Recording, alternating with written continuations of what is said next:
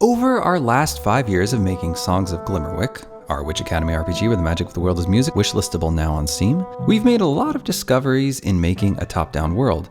Things that make the game more beautiful, denser, more navigable, more varied, and cohesive. Our last title, Eastshade, was first person, which I classify as a free camera game. That is, a camera that's entirely controlled by the player and can go and look everywhere. Making game worlds for a free camera is really hard. Environments take 2 to 5 times as long to build because you have to account for the player looking at everything and anything. You can't just make a building facade. You've got to make the back of the building, the sides of the building, potentially the roof if players can get above it.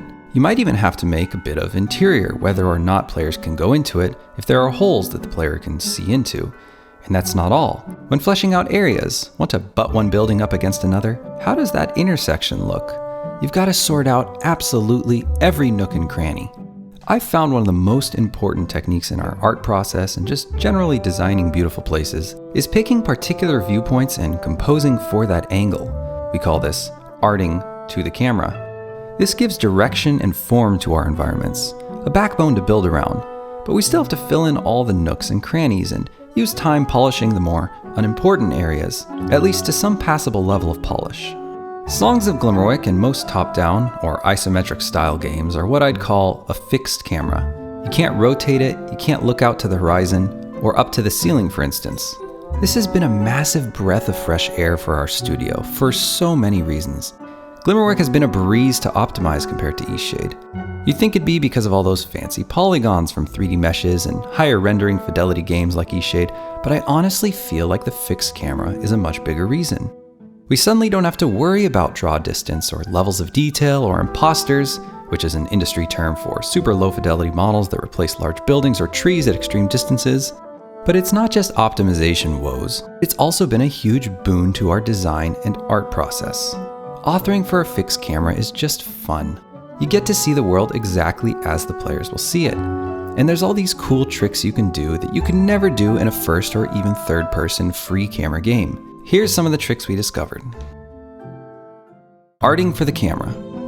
So I mentioned this a little already, how we like to set our camera down and work like a painter from that one angle, composing for the frame. Well, in a fixed camera game, the whole world is like this all of the time. You always know the angle, so you only have to do art for one building facade. And instead of wasting your time coming up with and authoring what the back of the building looks like, you can just use that time to make another building facade. You can get 2 or 3 buildings done for the work that one would have been in a free camera game. Virtually every building in Glimmerwick is one of a kind, just like the real world. It makes the world look like one massive illustration. Every interior is also one of a kind, which has been an insane amount of work even with a fixed camera, because we have around 50 of them, but this would have been a hopeless endeavor with a free cam. Designing for the angle. It sounds kind of like the first point, arting for the camera, but I'm specifically talking about the visual designs of the individual assets here. When it comes to architecture in particular, you can pick designs that look the best from the angle you will see them. Like here we have a bridge that runs north-south. We initially had a more basic arched bridge, which always looked nice from the side. I mean, who doesn't love an old stone arched bridge? But a basic arched bridge just looks like a vertical line from how we see it in the game. So we tapered it in the middle, and Jacqueline made this ornate overhang, which you'll notice does not run the entire length of the bridge. It turns to just support wood in the middle, because it adds more dynamism and silhouette opportunities for our camera angle, and lets you see the avatar as they run through. This bridge has a totally different design because it's seen from the side. Here we have a more stacked style overhang with a storage room at the top to create more silhouette opportunities from the side. Walling occluded space. Some games go through great lengths to make sure you can see your player avatar behind buildings. But if your camera doesn't rotate, I think there's a better solution. Just don't let players go behind buildings. You can either prescribe this in the environment by terracing or filling things in back there, but turns out you can just put nothing, just a collider, and it actually feels fine. No player has ever questioned it. It's really clear from the camera perspective where they can and can't go, and since you can't see what's back there, nobody wonders what they're bumping up against. They just quickly realize they can't go where they can't see. They never lose their avatar, and we save some work and spaces where we don't have to art. Sometimes we have a special camera for a particularly composed area. We call it a camera magnet because the camera kind of gets sucked up by that special camera when you enter. As you leave the area, the camera blends back to the default camera, which follows the player. The camera is blended by distance from the magnet rather than a trip line, so halfway entering the area gives a half blend. This is cool because it gives you extra control over the framing of the area, and you can have players focusing on exactly what you want. It also feels really special and cinematic when the player enters the area, like they know something is special here, but doesn't completely hijack their movement like a tripline cutscene would. You can't do this with a free camera because, among other issues, you don't know what direction the camera will be pointing when you approach an area. Navigation. Fixed camera top-down means the orientation of the world will always stay the same.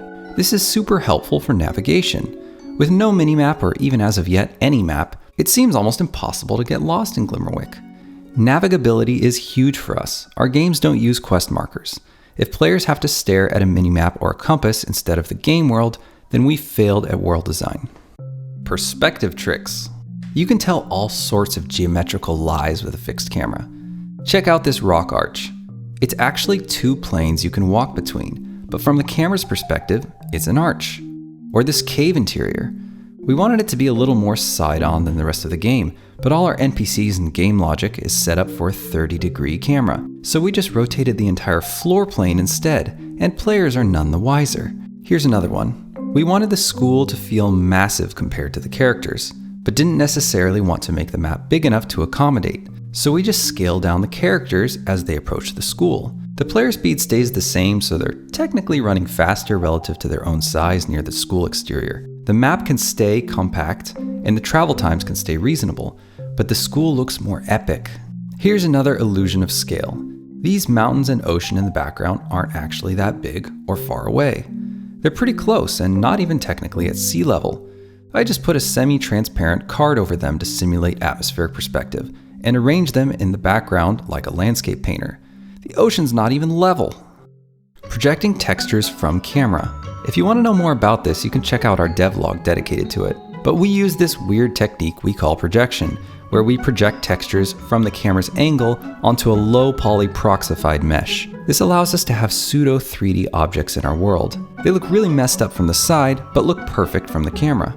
Having these 3D meshes allows us to have nice parallax and better lighting and collision fidelity, among other important benefits I will spare you the tedium of explaining. Fake lighting. This might be one of the dirtiest, most genius tricks of all. You can float transparent cards over the whole world to simulate lighting. This makes all kinds of nice gradients and macro light detail that make everything look more like a giant illustration. You can create depth and drama, push and pull values of entire areas like a painter. You can even have a bit of texture in these cards to make it look more painterly. You can simulate volumetric light or bloom effects by placing cards over windows or light sources, and it still feels dynamic because when an NPC comes near, the card covers them, so they look a little bit brighter. Okay, now it's time for some questions from the community. I'm going to answer a big one we've gotten a few times, and it's about idea contamination. Or sort of a related question, knowing when to create a novel design versus using something tried and true. I'm going to read both these questions because they're similar, both great, and then answer it all at once. Echoing a few other similar questions in the comments, how do you avoid idea/design contamination, or straying from your philosophy? What I mean by this is that your studio is walking a different, very specific path and you are approaching game design from a fresh perspective. This means you are swimming against the current, so to speak. When approaching a game mechanic or design element, how do you decide between doing the same thing everyone does, if it ain't broke, don't fix it approach, or when to take a big creative leap and pave your own way? Thank you very much, Malexa, for the kind words and the question. And then the sort of related question. How do you know when to invent a new mechanic or system and when to use an existing industry standard approach? It seems like it's really important to know how games work, best practices and design patterns, but studying other games tends to fill one's head with other people's ideas. Do you avoid studying other people's games for inspiration? SDG Games, thank you for the comment. Really appreciate it. Okay, so regarding other games for inspiration, yes, we absolutely look at other games. I've actually heard from some music artists that they try not to listen to music to avoid musical contamination or to keep their own sound unique.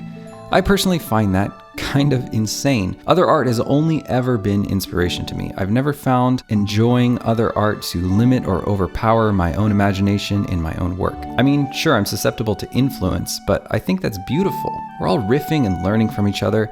If anything, I get a broadening of ideas and even larger capacity for innovation from others' work. I think playing a variety of games is really helpful for game designers, particularly ones outside their usual genres. I know Jacqueline feels the same as me about this, and she plays a pretty wide range of genres as well. As far as when to invent new mechanics versus using tried and true ones, I think the most important thing, and maybe something not everyone does enough deep consideration of, is to understand the foundation behind a particular mechanic. So what problem is it trying to solve? Or what is the purpose of the mechanic? Maybe it's to create interesting choices for the player, or maybe it's to deal with the consequences of some other system. If the problem you're trying to solve in your own game is one that can be solved with a tried and true mechanic, in other words, that tried and true mechanic has the same reason for being there, that's really important, then using a tried and true approach is always an option. It's really important to always keep sight of your design pillars, or what your biggest goals for your game are. I'll give a concrete example. Most farming sims have some kind of nightly penalty or respawn when the daytime runs out. That's because most farming sims have a heavy element of time management. Time management is actually part of the game, and how players want to divide up their day is one of the most important decisions the game is offering them. Well, time management was not one of Glimmerwick's design pillars. We're not making a game about that, so it didn't really make sense to have a nighttime respawn penalty, which is a hallmark of the genre. So we had to come up with some other method of handling the end of the day. In our case, we went with a nightly time freeze, which gives players as much time as they want before they choose to go to bed. That seems to work well in our game with our particular mix of design goals, but might wreak havoc on another game with different goals and different systems. So choosing when to reinvent the wheel, I think, is just a matter of identifying and holding to your own design pillars, maybe a little bit of taste in there as well, and having an understanding of why those classic mechanics are the way they are, so you can identify if they'll work in your own game. Of course, it's really hard to come up with any sort of formula to get this right every time, because game design is hard and there's a lot of subjectivity and taste there. But hey, variety is the spice of life, so I'm glad everyone does it a little different. Alright, that's all I've got, folks. As always, if you have questions about the game, I love reading them. Even if I'm not able to get to them all in the devlogs, I do try to respond to people in the comments, but any comments are always appreciated. And don't forget to subscribe if you want to see more of these. If you dig the way the game is shaping up and don't want to miss the release, please pop over to the Songs of Glimmerwick store page in the description and wishlist it. That would mean a lot to us. See you next time.